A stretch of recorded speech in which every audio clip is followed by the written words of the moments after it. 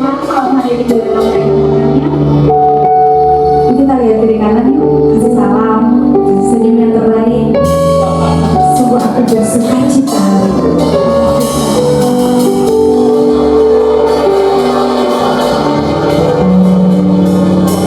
Sungguh kita bersuka cita karena sukacita daripada Tuhan melimpah bagi setiap kita malam hari ini. Amin. Yang percaya katakan amin. Berikan tepuk tangan lebih lagi bagi Tuhan. Kita mau mulai dari kita pada malam hari ini. Saya udah mau bangkit berdiri bersama-sama.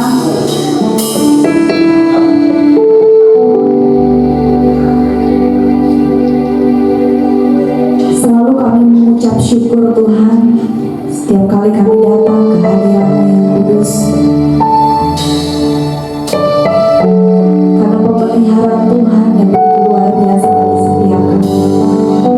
Sampai hari ini kalau kami boleh ada di tempat ini, bukan karena kekuatan yang daripada kami, tapi karena kekuatan yang daripada Tuhan mengikuti setiap kami. Bersyukur memiliki Allah yang hebat, bersyukur memiliki Allah yang luar biasa, Allah yang tidak pernah meninggalkan setiap kami, Allah yang selalu ada bagi setiap kami. Begitu kami membawa hati kami lebih lagi malam hari ini Tuhan, membawa hati kami lebih lagi menyembah-Mu Tuhan. Hanya boleh disembah ya, katakan terima kasih Tuhan.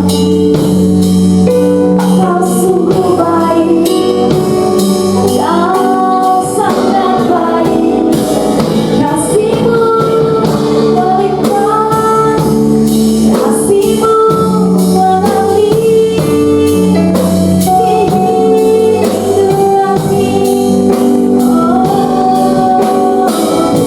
Kami bawa hati kami, kami bawa sahabat kami, pujian kami hanya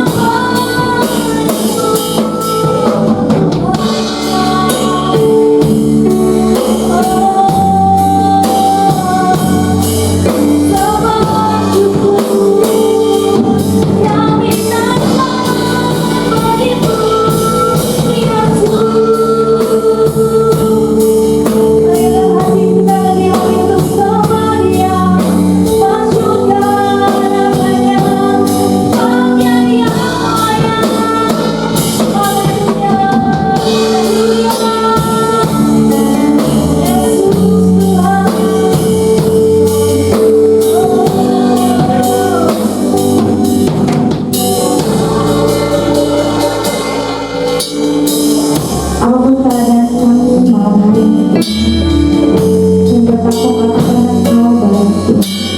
Kau baik Tuhan dalam hidup kami. Terima kasih Bapak, terima kasih Tuhan.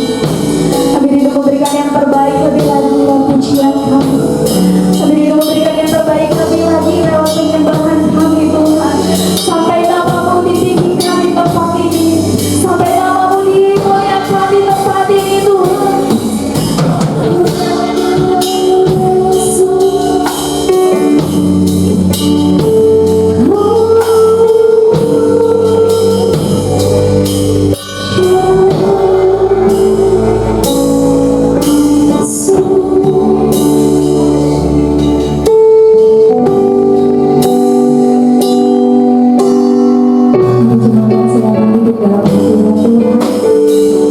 Silakan duduk.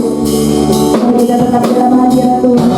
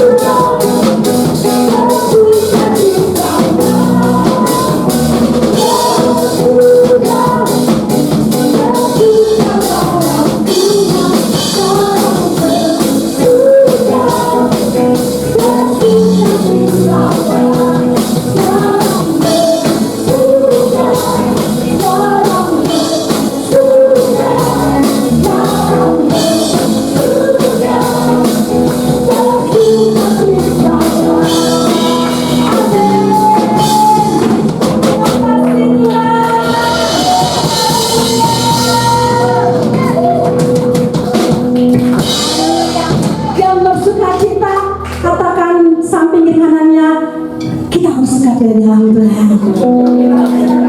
Haleluya. Sekali lagi tanpa musik berikan kemuliaan lebih lagi bagi Tuhan, katakan haleluya. Silakan ibu penyanyi.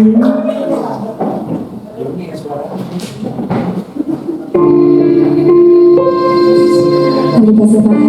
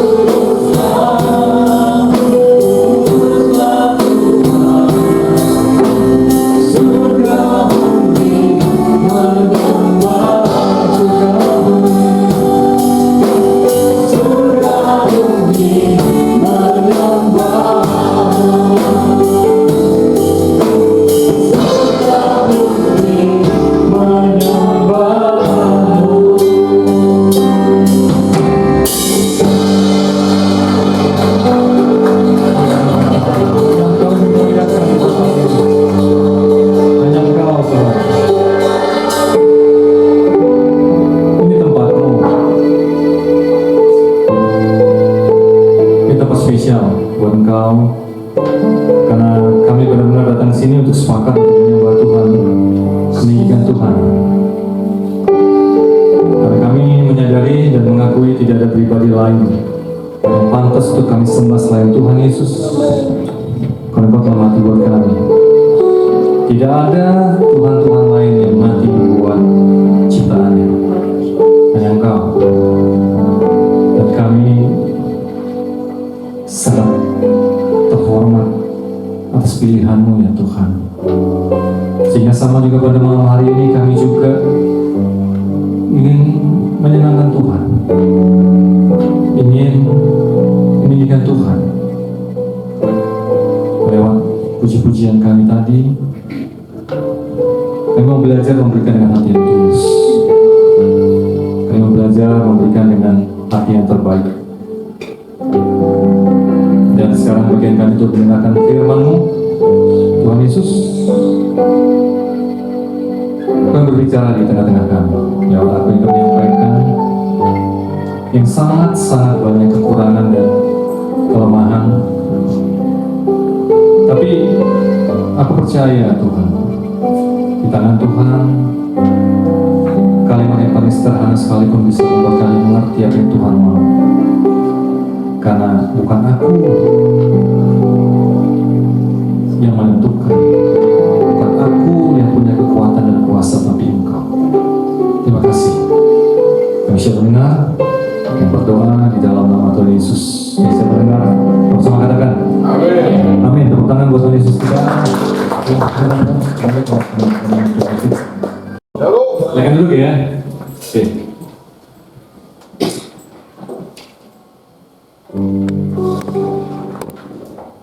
Ya. Terima kasih kepada Tuhan Yesus pada hari ini. Ini adalah kebaktian persekutuan iman hatiku yang kedua. Terima kasih buat teman-teman yang hadir. Terima kasih ada Nia, ada Ola, ada Wandi, ada Amos juga tadi bantu sedikit, ada Sember suaranya. Thank you Amos ya. Buat anak-anak penuh gelar, terima kasih.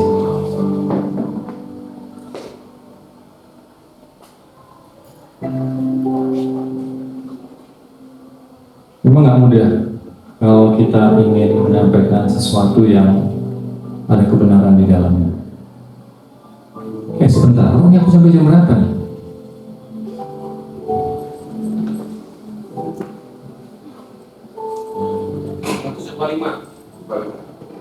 Tujuh empat lima. Benar ya? Thank you Aro, sudah di setel kondannya dengan baik. Thank you very much. Ya, teman-teman, persekutuan ini saya ulang lagi sama seperti pertama. Ada visi Tuhan yang disampaikan. Ya, ada lihat ya di sini ada Yeremia pasal yang 3, 15 boleh sebentar ada sekilas boleh ditampilkan. Yeremia 3, 15. Ya. Ada satu tulisan dari Tuhan. Bisa? Sudah? Oke. Ada tulisan dari hati Tuhan mengenai situasi yang terjadi saat ini. Ya, saya bacakan. Aku akan mengangkat bagimu gembala-gembala yang sesuai dengan hatiku. Mereka akan mengembalakan kamu dengan pengetahuan dan pengertian. Gembala banyak, kita juga adalah gembala. Kalau kita sudah bertumbuh secara kolonial sekian lama dan sudah saatnya kita memuridkan, sebenarnya kita sudah patut dijadikan gembala. Bahkan ukuran saya tuh kalau misalnya seseorang itu sudah banyak memahami tentang firman Tuhan, banyak memahami tentang rahasia di dalam kerajaan Tuhan, sebenarnya sudah patut disebut adalah gembala. Karena nggak selamanya kita tuh menjadi domba. Jadi gembala itu banyak. Makanya yang dikatakan adalah gembala-gembala. Tapi sedikit itu adalah gembala yang sesuai dengan hatinya Tuhan. Gembala yang menggembalakan umatnya itu dengan pengetahuan dan pengertian.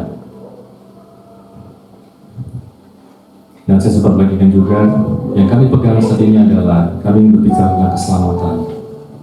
Ya, kami berbicara tentang pertobatan, karena pertobatan sama keselamatan itu berjalan seiring. Tidak mungkin ada seseorang yang bisa memperoleh keselamatan kalau dia tidak bertobat. Saya pernah dikatakan sama salah seorang hamba Tuhan yang memberikan satu kesan seakan-akan kalau kita berbicara tentang keselamatan itu adalah suatu pengajaran yang basic banget gitu. Betul, basic saya setuju. Tapi maksudnya basic ini adalah bahwa sudah selanjutnya tidak sepantasnya atau tidak seharusnya lagi kita menyampaikan tentang itu. Kita mulai bertumbuh. Ya. Tapi coba teman-teman renungkan ya. Anggaplah kita suatu tanaman yang ditabur di tanah yang subur. Firman Tuhan ya. Firman Tuhan, benih ditabur di tanah yang subur. Dan benih firman Tuhan itu bertumbuh menghasilkan buah. Bahkan kalau kita katakan buahnya buah, burung-burung pun bisa dia beranak pinak itu di dahan-dahannya. Dia sudah menghasilkan buah yang banyak. Tetapi pada suatu ketika dia melakukan suatu kesalahan dan dia tahu itu salah dan dia tidak bertobat, dan sampai ajal itu menjemputnya dia dalam keadaan tidak bertobat. Saudara tahu kan, gak mungkin dia selamat, betul nggak? Gak mungkin dia selamat. Jadi keberhasilan apapun di dalam pemahaman kita akan firman Tuhan tidak bisa dilepaskan dengan namanya pertobatan, tidak bisa dilepaskan dengan namanya keselamatan. Tidak mungkin. Misal gini, tadi Monique memimpin jadi worship leader. Saya percaya sebelum jadi worship leader, mungkin tadinya jemaat aja.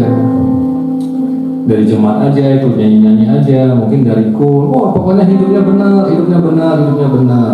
Oh, karena hidupnya benar terus Tuhan tambahkan karunia, kepercayaan, pengetahuan firman juga bertambah. Ya, kepercayaan dari manusia juga bertambah, kepercayaan dari Tuhan juga bertambah. Tapi sesudah akhirnya jadi worship leader, bahkan mungkin suatu saat bisa jadi pembicara. Tetapi karena ada satu hal yang salah dan tidak dibenarkan, oleh Tuhan tidak dibenarkan. Tiba-tiba ajal menjemput. Apakah akan selamat? Mau sebanyak apapun prestasi kita, buah-buah kita yang katanya manis, bahkan mungkin orang-orang tidak tahu bahwa kita tuh salah. Orang-orang nggak tahu, karena orang masih melihat buah kita tuh manis. Kita adalah menjadi pribadi-pribadi yang baik, tutur kata baik, hati kita baik, tapi ada satu kesalahan aja. Misalnya contohnya satu kesalahan, iri hatinya tinggi, sombong, serakah, mata duitan, pelit, atau apapun yang sudah dikatakan tidak bisa masuk ke surga. Apabila itu ajal itu menjemput, kita tahu ya, tidak akan selamat. Jadi pada saat ada seorang betul ngomong sama saya kembali lagi loh. Bukan berarti di saat kita semakin maju, semakin kita mengerti firman Tuhan, kita tuh melupakan itu gitu loh. Kita melupakan itu seakan-akan kita udah paham banget. Ada masalah kita nggak bereskan dan celakanya gitu. Kita tuh sesuai dengan judulnya gitu ya. Saya melihat banyak sekali kehidupan kekristenan. Kalau yang satu dia udah merasa puas kalau dia udah bisa menyembah Tuhan. Gitu. Ya, sudah puas, sudah bangga sekali bisa menyembah Tuhan. Sering saya temukan ada banyak orang-orang yang bangga sekali baca Alkitab itu, dia udah dari Kejadian sampai Wahyu dia mungkin sudah 3 kali, 4 kali. Ya, dia suaranya bagus, dia bisa bikin suatu ibadah musik itu dengan sangat enak sekali. Tapi kan kita kita nggak ada yang tahu hati manusia, Tuhan yang tahu gitu. Dan kalau sesuatu terjadi itu tidak dibereskan, saudara bisa kebayang? Semua orang bilang, Michael, kamu luar biasa banget. Apalagi sering sekali dalam Quran sering saya bilang tuh yang paling sekarang saya tidak suka tuh, gila lu bro, lu waktu WL tuh lu ngangkat, memang ngangkat apa? Tuh Bang Rio tuh ngangkat beban tuh, bench press tuh sama Bang Kardon tuh. Ya, ngangkat apa? Ngangkat ujian tuh bukan karena WL-nya, brother, sister. Maka saya berani berkatakan, dalam kondisi tidak benar sekalipun, seorang worship leader, seorang penyembah, seorang pendeta, dalam keadaan tidak benar sekalipun, tapi kalau Tuhan berkenan kepada umat yang hadir, Tuhan bisa bikin suasana jadi enak. Itu yang sering sekali mengecoh anak-anak Tuhan, sehingga dia merasa ibadah enak tuh karena dia benar, padahal hati kecil tuh tahu, orang itu tahu lu benar apa enggak, gitu, tahu deh. Makanya saya selalu berkata seperti itu, saya ingin kita tuh disadarkan kembali gitu.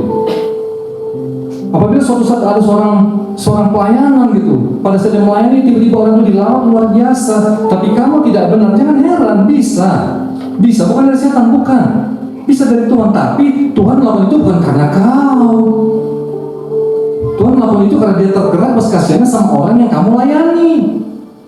Makanya jangan GR, jangan gede rasa. Jangan seakan-akan karena kita nggak bisa.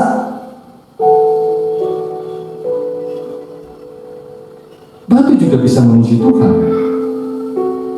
Kata Tuhan. Wah, mati lampu lagi. Jangan. Cek hatimu tadi. Kalau tadi itu misalnya waktumu dipanggil sama Tuhan, ada di mana sekarang?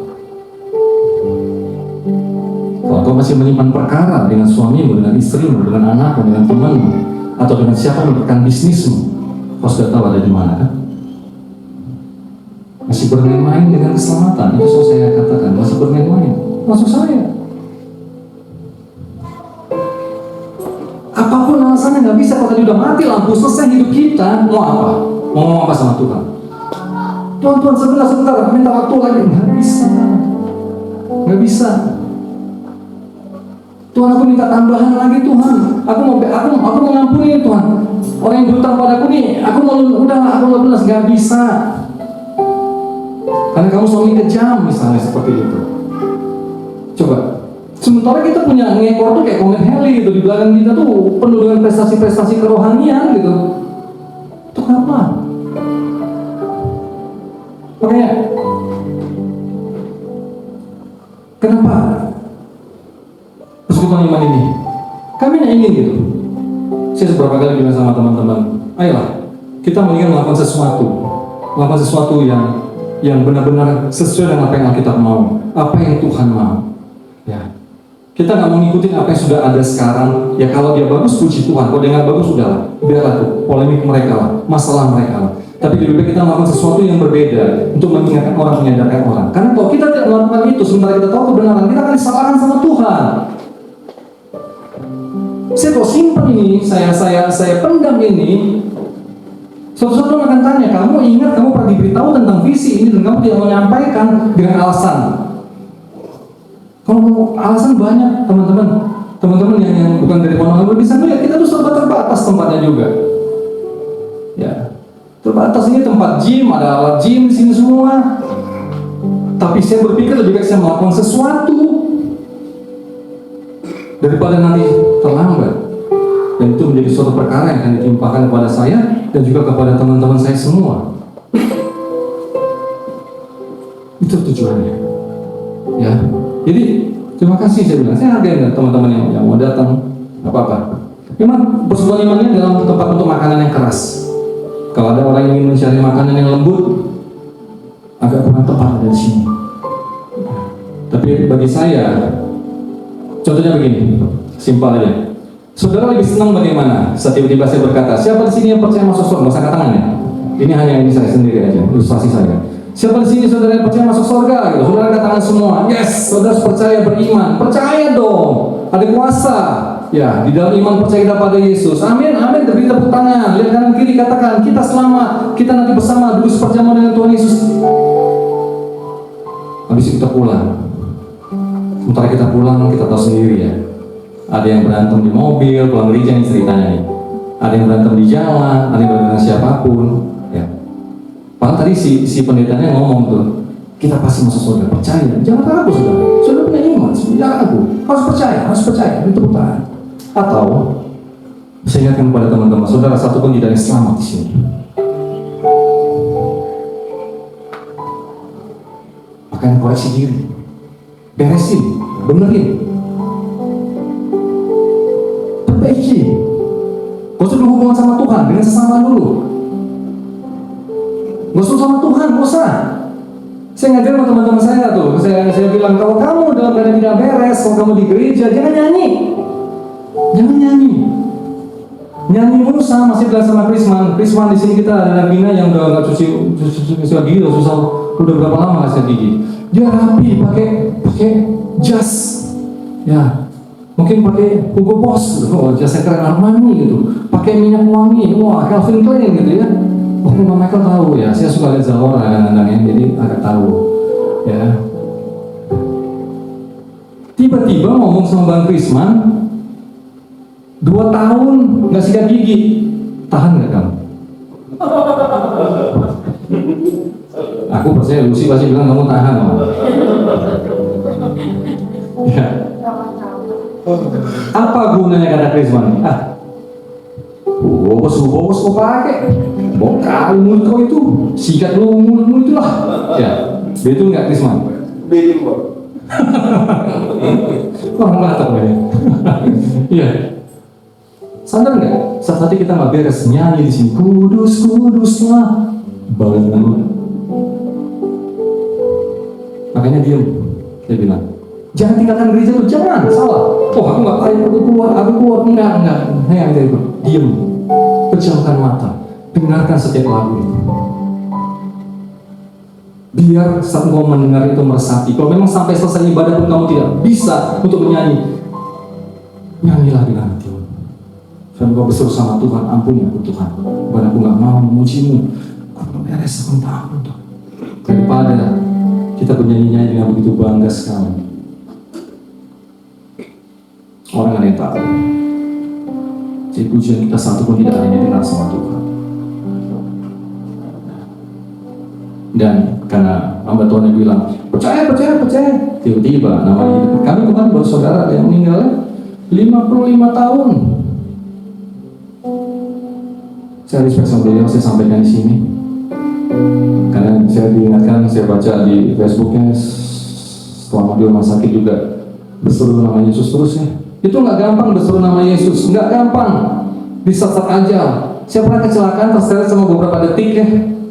Jatuh, terseret. Udah rohani ceritanya mau ngasih perpuluhan nih ceritanya nih. Berarti kan sesuatu yang baik. Boro-boro ingat Yesus, mati gua kali ini. Maka kalau ada orang nggak sasar aja tuh miskin Yesus tuh itu blessing banget tuh, anugerah. Nah, beliau ya, dengan segala hal saya sampai di sini ini meninggal umur 55 tahun. Masih sempat bikin pusingan ya. Bagaimana? 55.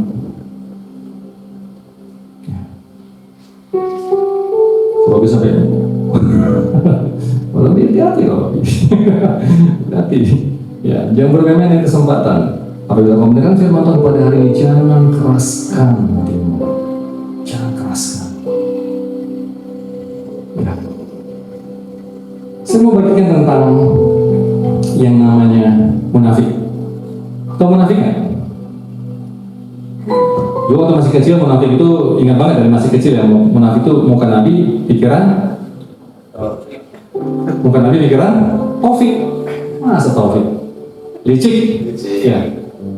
Apa karena pikir kasihan ya nabi-nabinya, kenapa ya mereka jadi julukan muka Nabi, kenapa muka Rasul gitu ya, munafik gitu ya, muka Rasul, pikiran licik gitu ya. Tapi ada persisnya juga sih seperti itu tentang kemunafikan. Salah satu yang saya mau bikin di sini adalah satu dari Seven Deadly Sin ya. Saya berkali sama anak saya, dia sempat ngasih tahu walaupun dia beritahu tuh tentang ada 7 ya, ada 7 dosa yang membawa kematian gitu. Ya dosa semua membawa kematian, tapi ada 7 hal yang dalam. Dan satu itu adalah pride, kesombongan. Dan kesombongan itu identik juga sama kemunafikan. Karena kebanyakan orang sombong, saya mau katakan orang sombong itu pasti munafik. Orang munafik itu masih sombong. Ya, apapun itu, nggak bicara uang. Mau dia uangnya nggak ada juga, kalau dia munafik itu dari kesombongan di dalamnya. Karena kesombongan itu tidak mencakup uang, dia mau nggak ada juga, tetap aja namanya sombong adalah sombong. Ya. Apapun bisa kita banggakan, kadang harga diri itu paling dibanggakan. Oke lah, aku punya harta lah, nggak punya harta, aku nggak punya mobil, tapi jangan kau sampai kau singgung aku ya. Harga diriku jangan sampai kau mainkan, ya benar kan? Contoh itu. Nah. Dan kita melihat di Alkitab kita lihat di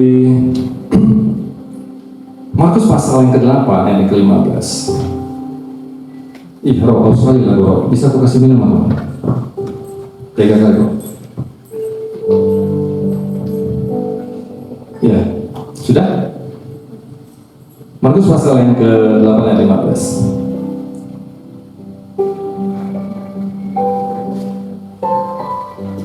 Belum? Ya. Sudah yang dapat? Sudah? Oke. Lalu Yesus memperingatkan mereka katanya, berjaga-jagalah dan awaslah terhadap ragi orang Farisi dan ragi Herodes. Teman-teman kan lihat ya, jujur itu adalah ragi yang mengkamirkan penyembahan. Kenapa? Karena begini, saya perlu belajarkan salah satu senior saya dia bilang ini. Kalau kita belum bisa melebihi dari orang-orang Farisi atau oleh Taurat, kita belum apa-apa dalam tanda kutip peraniannya. Contohnya, mereka puasa 2 kali seminggu salah satunya. Benar ya Bang Kardon ya? Kalau salah seperti itu ya. Saya dulu dapat komis saya salah, berarti yang ngajar saya yang salah ya. Ya. Salah satunya itu ya. Mereka melakukan hukum-hukum Taurat Musa itu dengan begitu ketatnya gitu. Ini nggak boleh, itu nggak boleh, ini dan segala macam gitu. Tapi jeleknya, setiap Tuhan memperkatakan kepada orang Farisi dan ahli Taurat ya, itu selalu mereka dikatakan yang jelek-jelek aja gitu. Salah satu itu adalah ini tentang ragi. Saya sampai pernah nanya sama istri saya, "Wah, ragi itu kayak gimana sih? Ragi itu kalau sampai masuk ke adonan tuh memang apa yang terjadi?" Akhirnya kami ngobrol ya tentang itu ya. Oh, jadi kalau kue itu jadi nggak bantet ya? Bener ya, jadi nggak bantet, jadi ngembang gitu. Oh gitu, berarti kalau nggak pakai ragi jadi bantet. Berarti setetes aja pun bisa mempengaruhi, bisa. Itu yang mengerikan. Setetes aja bisa mempengaruhi. Adonan kita yang bagus banget, yang memang niat kita untuk bantet, misalnya kita teteskan sedikit aja, maka dia akan ada mengembang ya. Mungkin nggak mengembang keseluruhan, tapi di daerah yang diteteskan akan mengembang. Sehingga bentuknya jadi tidak ideal lagi dong. Kalau kita pengen nggak seperti itu. Nah seremnya, sehebat apapun kita, seluar biasa apapun kita melayani Tuhan, ada sedikit ragi aja dalam kehidupan kita, semua itu kamir gitu. Semua itu ternoda. Makanya beberapa kali saya tekankan kepada beberapa orang gitu, kepada teman-teman udah sering banget saya bilang, jangan lo pikir masuk surga itu gampang, susah banget. Susah banget. Kok kita ngegampangin banget sih kalau masuk surga itu gampang? Sedangkan yang muji nyembah masuk surga. Sedangkan bayar per bulan masuk surga. Sedangkan dengan pelayanan yang sabar-sabar masuk surga. Sedangkan dengan pelayanan mimbar masuk surga. Enggak lah.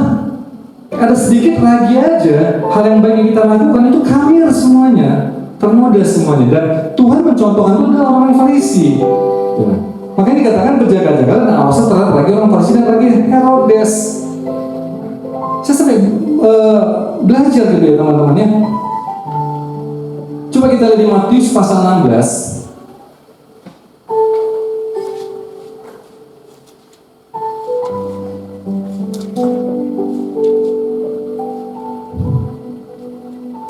Matius pasal 16.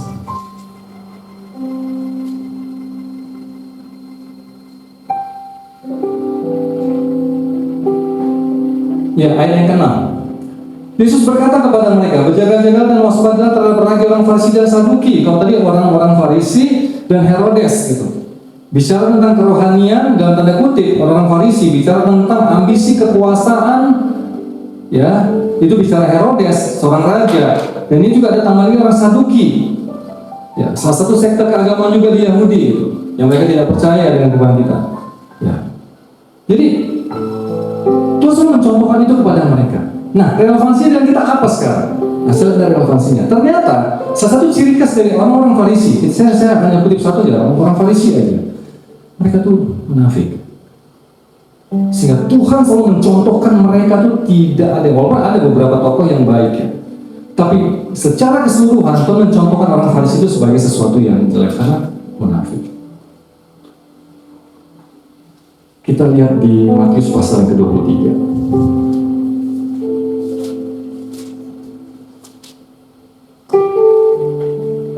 Yesus pernah mengecam orang Farisi.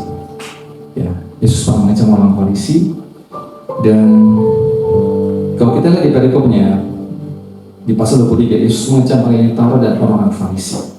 Ya. Di sini ada beberapa kata celaka. Nah, waktu saya baca ayat ini cocok banget dengan kehidupan kita. Ya, kita lihat di ayat yang ke-13. Ya, sudah. Ayat 13. Celakalah kamu, hai ahli Taurat dan orang Farisi, hai kamu orang munafik, karena kamu menutup pintu-pintu kerajaan surga di depan orang, sebab kamu sendiri tidak masuk, dan kamu merintangi mereka yang berusaha untuk masuk. Berapa banyak di antara kita, atau kita pernah melihat ada kehidupan, kita tuh makin rohani, ya, tapi kita justru menghalangi orang untuk masuk di dalam kerohanian itu, karena kita tidak menampilkan sesuatu yang benar-benar menunjukkan kerohanian kita. Dan paling simpel untuk menunjukkan kerohanian kita itu adalah apa? Itu adalah kasih. Saya nggak mau bicara yang lain. Saya nggak mau bicara ritual. Saya nggak mau bicara kehidupan doa. Ya, misalnya gini. Oh, kehidupan rohani kalau batu-batu saat teduh, baik. Tapi kalau kamu saat teduh kamu pelit, apa gunanya saat teduh kamu?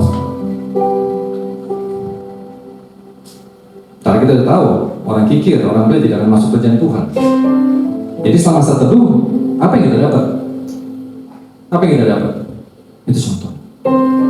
Atau kita rajin, pagi-pagi kita doa, malam kita doa. Tapi giliran kita bisnis, kita bisa licik sama orang.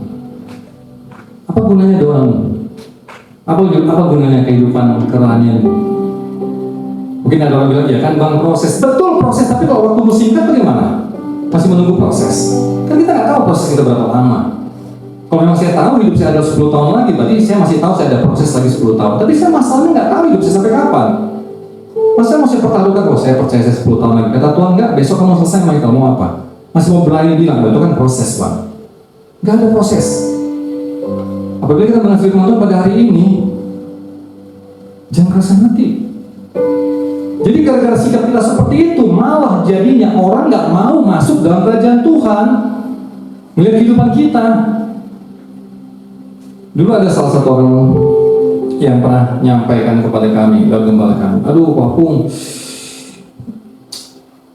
kita mah dengarlah kalau urusan bisnis mahnya. Kalau udah bisnis susah banget. Orangnya nggak bisa dipegang ngomongnya. Kadang kecil juga, hanya kita minta waktu aja nggak dikasih. Tapi saya lihat kalau aku suka doa, suka bareng, kok nggak cocok ya kok ya? Berapa banyak orang-orang yang akhirnya kepahitan? Udahlah nggak usah ngomong Tuhan-Tuhanan lah, udah nggak ngomong gereja-gerejaan lah, udahlah ngomong kosong lah.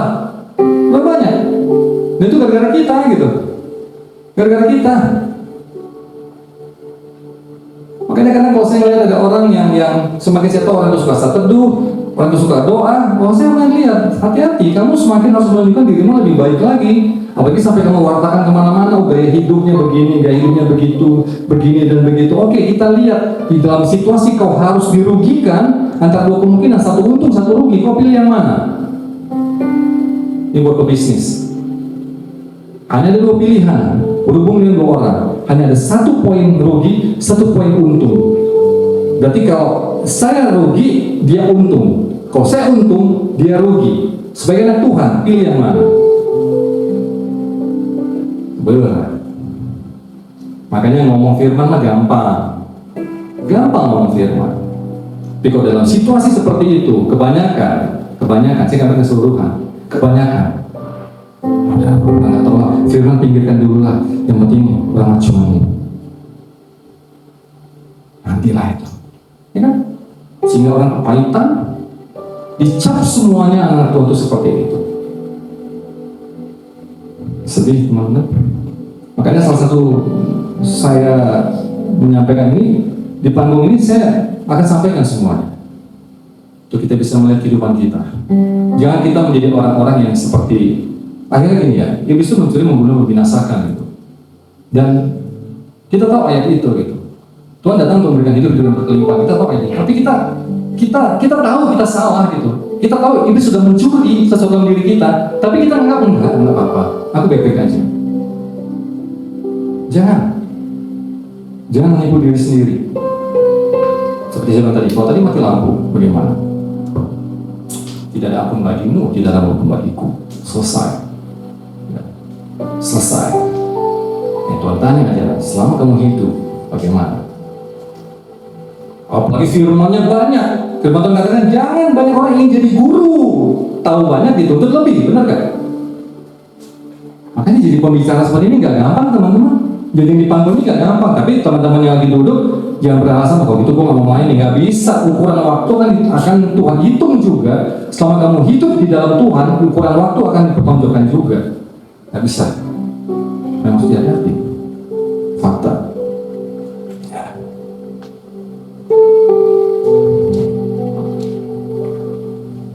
Kembali ke Matius 23.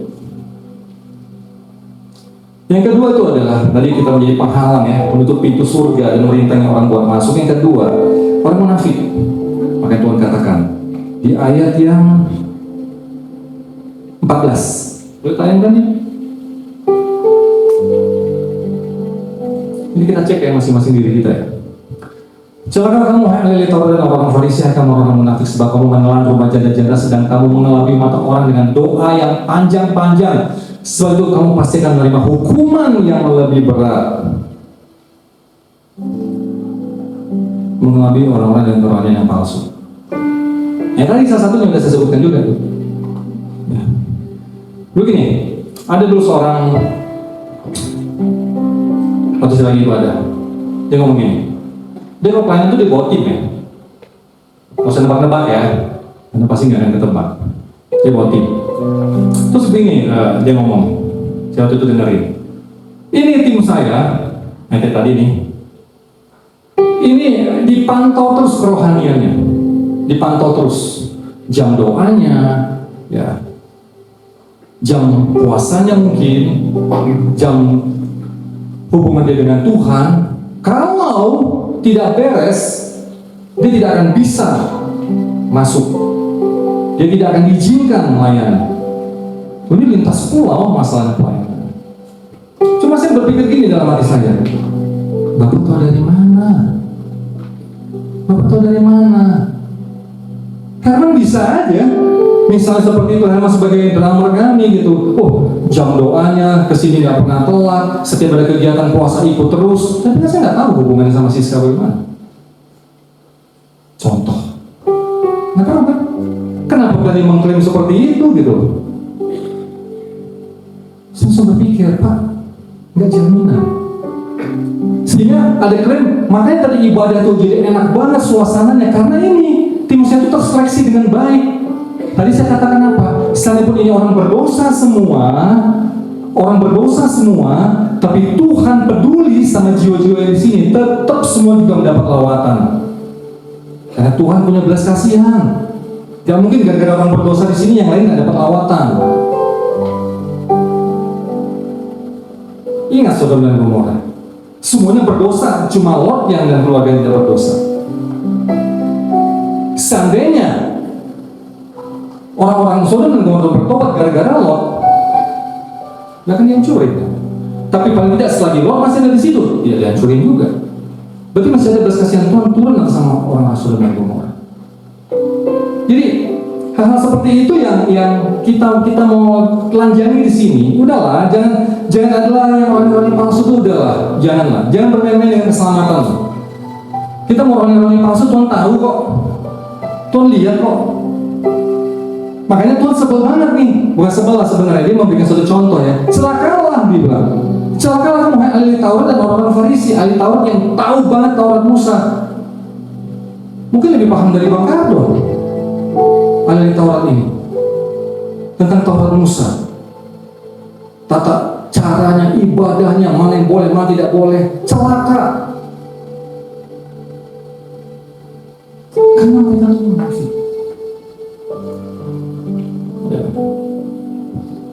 Lihat kanan kiri, katakan, kayaknya aku itu. Ini saya dari Pak Yogi ya. Kayaknya aku tuh. Maksud saya juga kayaknya aku tuh. Ya. Mengalami orang dengan karunia yang palsu. Manusia boleh dibohongin, teman-teman. Gembalamu boleh dibohongin, pendetamu boleh dibohongin, istri anak-anakmu, suamimu boleh dibohongin. Tuhan bisa dibohongin. Ya, Tuhan bisa dibohongin. Yang ketiga, silakan yang ketiga apa lagi? Ayat yang ke-15, ini ya, tolong tampilkan.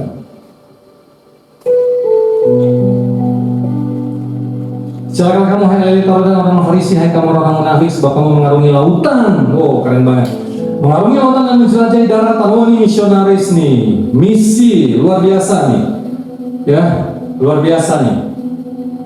Untuk mentobatkan satu orang saja menjadi penganut agamamu, dan sesudah ia bertobat, kamu menjadikan dia orang neraka yang 2 kali lebih jahat daripada kamu sendiri. Ini godaan besar. Ini godaan besar. Ya. Karena bagi seorang pembicara, kalau ada satu orang bertobat, umumnya orang bertobat itu akan mengagumi sekali si yang melayani dia untuk bertobat. Sehingga kadang ada peluang untuk kita tuh mengambil keuntungan itu dari orang itu. Karena saya suka bicara sama Benny atau sama teman-teman dekat situ, ada Rio. Apa kita perlu seperti itu gitu ya? Ya. Robi, bertobatlah kau hari ini. Kalau kau bertobat, kau pasti akan berkati Tuhan yang luar biasa. Ternyata Robi bertobat. Yang namanya bertobat, Tuhan berkati. Jadi bisnismen sukses. Saya datang lagi. Sini. Siapa kemarin? Tanting. Siapa? Ayo sini. Dan saya mulai ajarin dia dengan hal-hal yang sudah menyimpang dari firman Tuhan. Ya, gimana ibadah itu hanya untuk mendatangkan keuntungan saja. Karena dia merasa hutang budi sama saya, dia memberkati saya. Tapi dia salah jalan. Dan dia salah tidak saya tegur. Akhirnya binasa, punya keluarga, orang juga binasa. Ngeri, munafik. Ngeri. Ya, coba cek lagi, ada yang dalam diri kita seperti itu. Lanjut, ayat yang ke-16.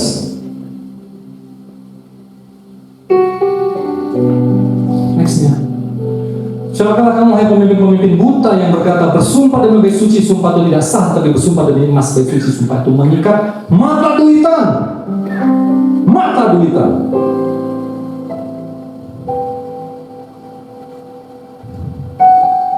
Firman Tuhan untuk duitmu.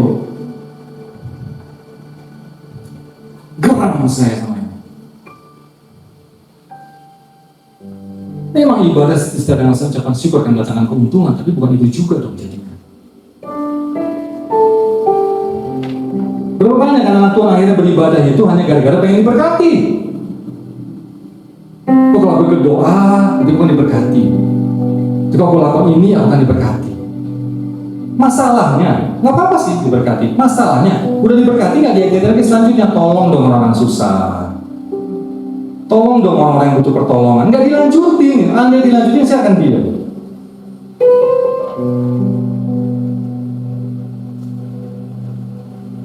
Dilanjutinnya dengan memuji menyembah Tuhan. Emang Tuhan butuh pujian penyembahan kita? kita apa. Tapi Tuhan senang gitu loh saat kita benar-benar bertobat sungguh-sungguh gitu ya. Kita cari Tuhan, usaha kita diberkati, terus kasih Tuhan itu juga ada kita ngeliat orang susah, mata kita tuh terbuka ngeliat mereka sama seperti mata Yesus gitu. Kita tolong. Semakin tinggi kita nganggap diri kita tinggi, kita semakin lebih merendah. Ya, masih lebih senang gitu berbaur, menolong orang. Udah nggak mencari hal yang sia-sia, nggak perlu jam Rolex 500 juta gitu, nggak perlu. Nggak perlu ikat pinggang merek Herman, man sore mana? Soalnya urusnya H. Merek apa itu? Ya kan? Yang mungkin harganya mahal, pengusaha silahkan lah. Ya waktu kita udah bicara ke orang ngapain sih? Ngapain sih duit segitu kalau dikasih buat orang itu berarti banget. Berarti banget. Berarti banget. Kalau kamu beli nasi kotak dibagi di jalan, di dago sana, berapa banyak bisa kamu kasih dengan uang itu?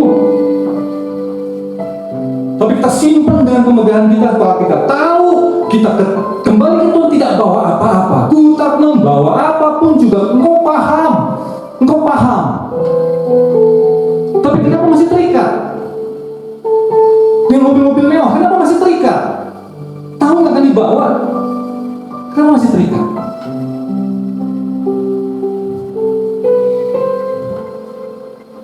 Kalau itu dicairkan buat nolong orang. Nggak usah bicara yayasan di sini lah. Sekali jalan tuh ke Kalimantan atau mungkin saya pernah ke Kalimantan soalnya. Mungkin di daerah Jawa Barat juga banyak. Di daerah kantong-kantong kita tuh yang butuh tas sekolah kayak jadi orang tua asuh kayak atau apapun kayak ngapain? Kayak jangan bangga. Silakan kalau ada yang tersinggung, baik juga yang di sini. Tapi saya mau mengatakan kebenaran ini. Hanya pengen tahu, kalau kau seperti itu, udahlah, selesai sudah. Selesai sudah. Mata duitan. Saya kalau bicara artis ya, selebritis di luar negeri yang tidak takut dengan Tuhan, mata duitan, saya nggak mau ngomongin. Tapi saya ngomongin sama orang yang selalu bergelut sama firman Tuhan. Gimana kau? Posisimu ada di mana? Lanjutnya, akan yang berikut lagi. Ayat berapa?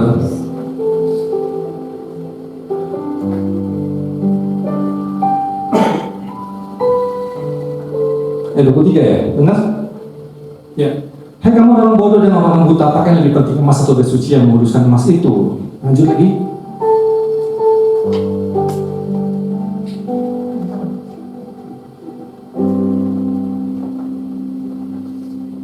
Sorry, ayat 16 dulu ya. Sebentar. Ayat 23. Silakan kamu hai Taurat dan orang Farisi, hai kamu orang munafik sebab persepuluhan, betul? Ayat 23.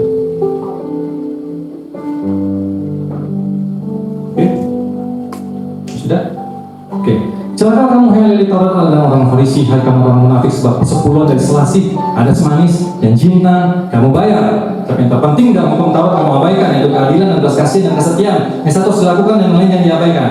Ya, keadilan, belas kasihan dan kesetiaan. Cek dalam diri. Keadilan, belas kasihan dan kesetiaan. Cek dalam diri. Jadi ukurannya bukan perpuluhan ya. Bukan berarti gak penting, tapi kalau yang terpenting dalam hukum Taurat kamu abaikan, selesai sudah. Satu dilakukan, yang lain jangan diabaikan. Lanjut lagi.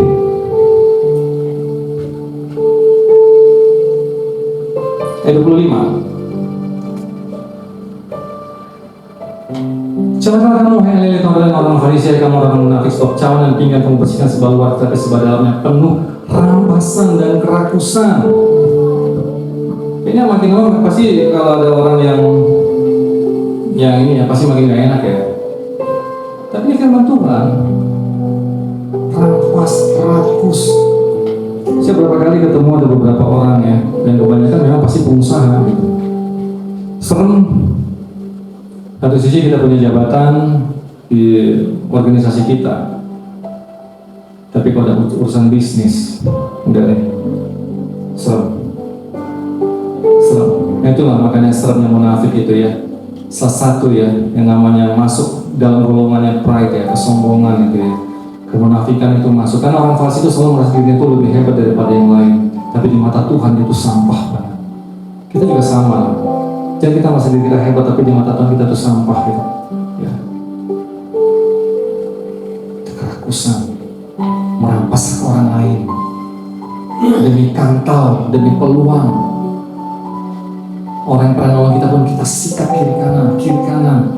Dan habis itu ya aku bantu nih gereja, aku bantu. Seakan-akan kita ada pembenaran dalam diri kita. Aku sudah menolong orang, tapi lu sikat orang di sana.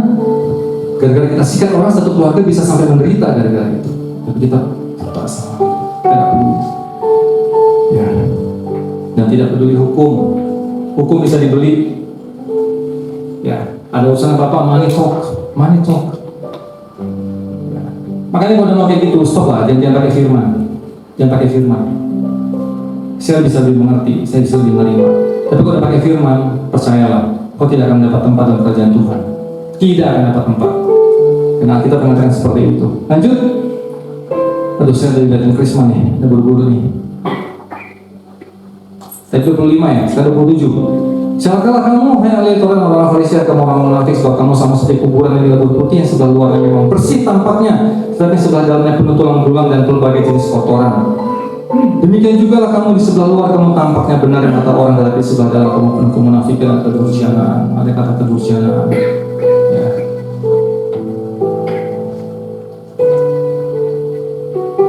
Saya berharap saat kita lagi baca ini, kita jangan hanya baca ini untuk ini siapa ya? Nggak cek diri sendiri. Akukah itu? Kalau memang akukah itu, pertama bersyukur karena kita masih bisa bernafas. Yang kedua bertobat.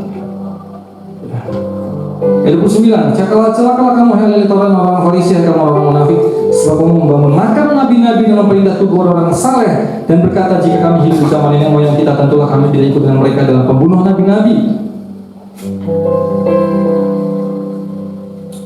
Sini saya tulis begini ya tentang yang poin ini, ayat 8.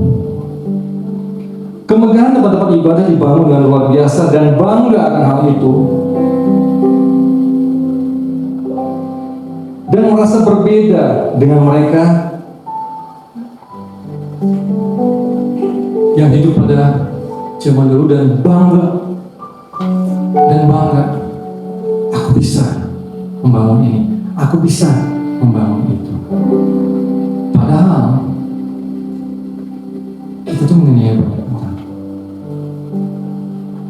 Karena saya berpikir ya teman-teman ya, Tuhan tuh luar biasa baik kok. Saya kemarin ngomong sama si saya, saya ada satu tanya di YouTube ya. Ini ada seorang tokoh karismatik rohani, kaya banget sampai punya pesawat jet pribadi.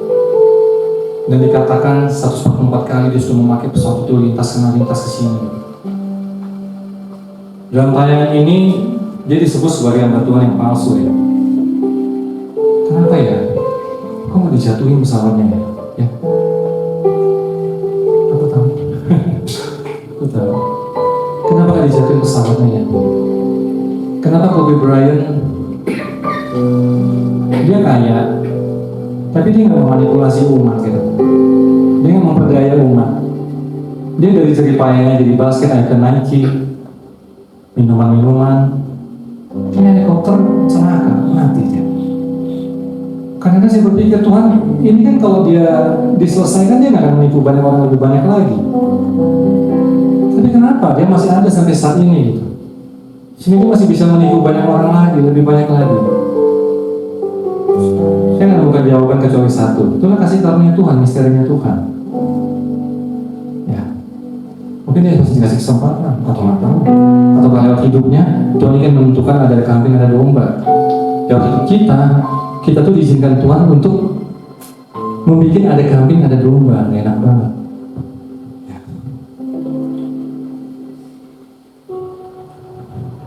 Saya tutup Alkitab saya. Teman-teman, saya percaya dari apa yang kita dengar dari awal, kayak nggak ada yang enak, nggak ada yang enak.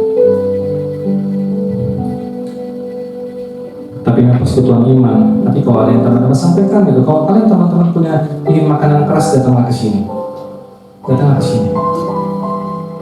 Karena tujuan itu adalah untuk mengingatkan kembali. Karena tujuan kita tuh nanti adalah New Jerusalem, Yerusalem yang baru. Ya, jadilah pribadi-pribadi, jadilah anak Tuhan yang bertanggung jawab atas setiap apa yang Tuhan berikan kepada kita. Apakah firman, apakah kekuatan, apakah kepintaran, apakah jabatan, apakah harta atau apapun. Jadilah anak Tuhan yang bertanggung jawab akan hal itu. Jangan jadi anak Tuhan yang akhirnya semua itu malah membuat kita tuh menjadi orang yang munafik seperti tadi. Ya, celaka. Yesus katakan celaka. Ya, kita nggak mau celaka kan? Ya? Kita nggak mau celaka kan? Nggak mau celaka kan? Saya yakin kita nggak mau celaka. Oleh sebab itu, kalau memang kau melihat firman Tuhan dan itu menegur hatimu, bertobatlah. Bertobatlah. Datang kepada Tuhan. Jangan lupa musik.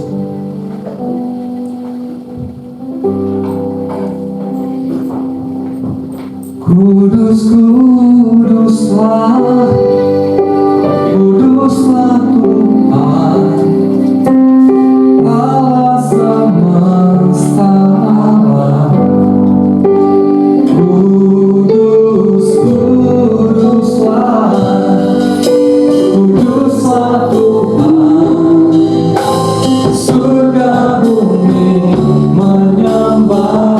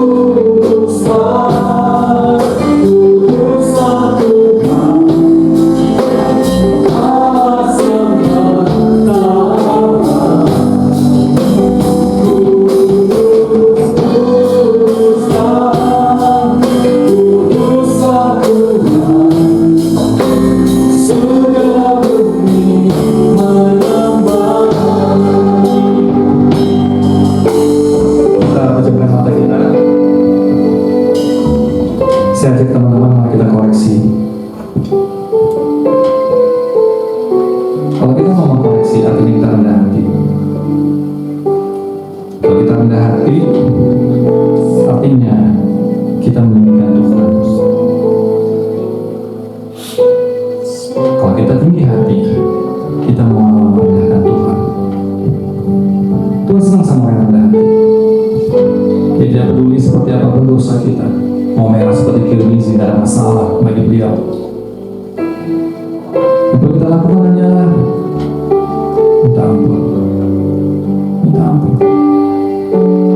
Mungkin kita sudah benar selama ini, dan kita masih terikat dengan uang, kita masih terikat dengan kesombongan, merasa benar. Kalau kita sudah merasa benar, sebenarnya kita bersalah di situ. Tidak bisa kita merasa benar. Maka Tuhan menjelajahi seluruh negeri untuk mencari orang benar dan dia tidak mendapatkannya. Karena memang tidak ada satupun manusia yang benar. Yang benar itu hanyalah kita dibenarkan oleh Tuhan. Tuhan menghendaki penyembah-penyembah yang benar, yang menyembah Allah kita tuh dalam roh dan kebenaran. Kita nggak bisa menyembah Tuhan kalau kita tidak dibenarkan oleh Tuhan. Dan kita tidak bisa dibenarkan oleh Tuhan kalau kita tidak ada kerendahan hati dan bertobat kepada Tuhan. Jadi itu satu bagian, saudara. Gak bisa kita pisah-pisahkan. Minta ampun, minta ampun sama Tuhan. Ampuni aku Tuhan, ampuni aku Tuhan, ampuni aku Tuhan selama ini menyanyiakan apa yang telah Tuhan percayakan kepada aku. Ampuni aku Tuhan, aku selama ini sombong.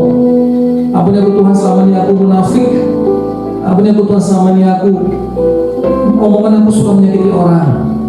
Ampuni aku Tuhan, kalau selama ini aku suka selalu menjatuhkan orang. Aku suka licik. Aku suka iri hati. Aku suka merasa paling hebat, paling benar. Aku kikir, aku pelit. Aku suka rasis Tuhan. Aku membeda-bedakan suku, agama, atau siapapun. Aku menyerang anak Tuhan yang lain yang berbeda dengan aku. Ampuni aku Tuhan. Ampuni aku Tuhan. Aku bangga dengan kerohanianku. Ampuni aku Tuhan. Maksudnya aku bangga itu adalah Tuhan, bukan kerohanianku, tapi Tuhan. Lihat kami anak-anakmu Tuhan. Lihat kami. Lihat kami. Jangan mati kami. Jangan mati kami. Sadarkan kami. Supaya apabila memang waktu kami tiba, kami tahu kami dari mana. Itu bersama dengan Tuhan. Terima kasih buat malam hari ini. Terima kasih. Terima kasih. Kau masih ada yang mengeraskan hatinya. Tuhan, kau bicara sampai dia pulang, sampai dia mau tidur. Maka dalam mimpinya sekalipun berbicara. Berbicara. Dan aku percaya satu jiwa itu berharga di hadapan Tuhan. Tuhan tidak pernah mau melepaskan satu jiwa sekalipun. Tapi kalau memang orang itu tidak mau dilepaskan, maka akhirnya Tuhan juga tidak bisa berbuat apa-apa. Dan aku percaya Tuhan, kami semua adalah anak Tuhan yang mau dilepaskan oleh Tuhan. Kami mau surga bersuka cita. Kami mau neraka menderita.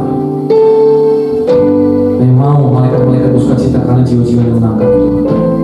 Dan kami mau Bapa kami di surga turut merasakan kebahagiaan sampai anak-anak yang semakin hidup berkenan di hadapan-Nya. Terima kasih Bapa. Kami akhiri ibadah mendengar firman pada hari ini. Dan kami serahkan acara selanjutnya ke dalam tangan Tuhan. Tuhan tetap menjaga dan mengatur dan memberikan lawatan buat kami semua di tempat ini. Terima kasih. Kami serahkan doa kami ke dalam tangan-Mu saja. Di dalam nama Tuhan Yesus, berdoa bersyukur dan berterima kasih kepada-Mu.